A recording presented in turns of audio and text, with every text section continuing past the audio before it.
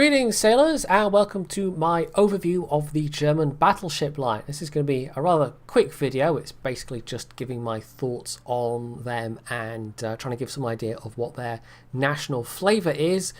And if you're wanting detailed stats and actual gameplay, of course that will follow later on. I've got some videos lined up showing how they perform in battle.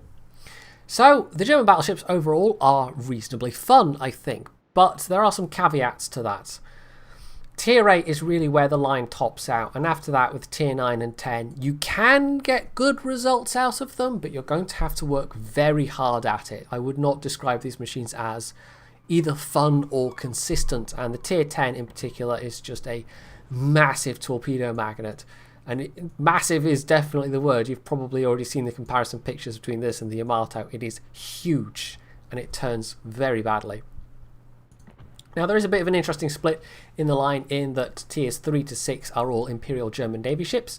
Tier 7 and 8 are the two Kriegsmarine ships, two Kriegsmarine classes rather, and then 9 and 10 are basically designs that were on paper but never saw the light of day. Although the tier 10 seems to be reasonably fictitious. If I was going to be spurious, I'd say Wargaming has put this together because they want a warship's equivalent of the mouse in World of Tanks. And possibly that is an entirely spurious thought, but maybe it isn't, I don't know. It's just a bit ridiculous, this thing. So that does lead to some differences in playstyle. The low tiers especially are just festooned with guns, and then you don't quite get that when you get to like tier 5. It starts to be a more conventional battleship arrangement, and tier 6, 2 fore and 2 aft seems to be the pattern for most of them from that point, apart from the Gneisenau, which only has 1 turret in the rear.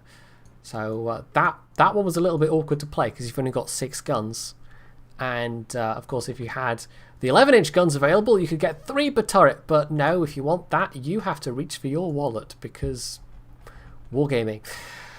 So yeah, the lower tiers were fun. The Bayern I found a bit kind of I don't know, I didn't like it that much, but I can see it's a reasonably solid ship. The Gneisenau does suffer for a lack of firepower. The Bismarck is absolutely the peak of the line with just pretty much everything the Tirpitz has, barring torpedoes and more. It actually has better stats than the Tirpitz in some things. Tier 9 and 10, they're rather different again, to be honest. You can't play them like you play the Bismarck. It really is it's like just the sheer size of these things dictates how they play. The guns are not particularly reliable, and the armor's not fantastic either, so they just ended up being massive targets for everybody. It's not like the Yamato where people are going to fear you. If you come across one of these while it's well played, you might respect it, but you're not going to fear it. So things that are common across the line, and there are a couple of things, are fast shell speeds, poor dispersion, generally good secondaries, and very good AA. And the Bismarck in particular, I've actually got the Tirpitz captain in there. With the Tirpitz captain who's got AFT and BFT, and with the appropriate equipment, I've got secondaries that extend to over 10.5 kilometers. Yeah, it's a bit silly when you're driving this thing with a secondary build. So yeah, the line, it just is not consistent, and this is like the peak of the line, and then it just goes to being completely inconsistent again. So you've got those fast AP shells and HE as well. You've got the terrible dispersion. The armor is pretty reasonable, although the lower tiers don't have the turtle back arrangement of the higher tiers, because these are all World War I vintage with some probably quite ahistorical upgrades, because most of them I think were broken up at the end of the First World War under the terms of the Versailles Treaty, so they won't have been modernized later as ships like the Fuso and the Colorado were. But that doesn't, like, they buffed them, with those upgrades enough to make them competitive at the tiers. I don't think they made them super amazing good or anything.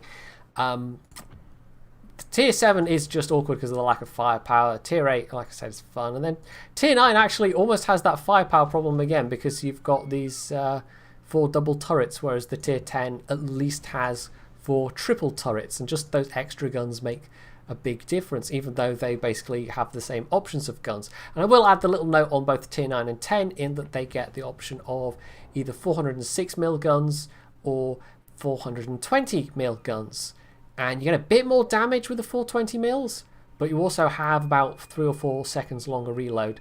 And honestly, I mostly played them with the 16-inch guns, the smaller caliber ones, because otherwise they seem to largely behave in the same way. It's not like they were any more or less accurate. Having the bigger guns only really felt like I was having to wait longer to shoot. Didn't really feel like I was packing some big, serious, meaty firepower as with the Yamato. So yeah, overall the line's okay. But for a lot of people, they're going to want to stop at the Bismarck. And bear in mind, of course, when we've been playing these things, the stats might change a little bit when the patch goes live that brings them to everybody. But overall, they're just very awkward ships to play, the tier 9 and 10. So it's nice that we do have some nice ships on the line, but it would be nicer if the tier 9 and 10 were something good to aim for rather than stop at tier 8.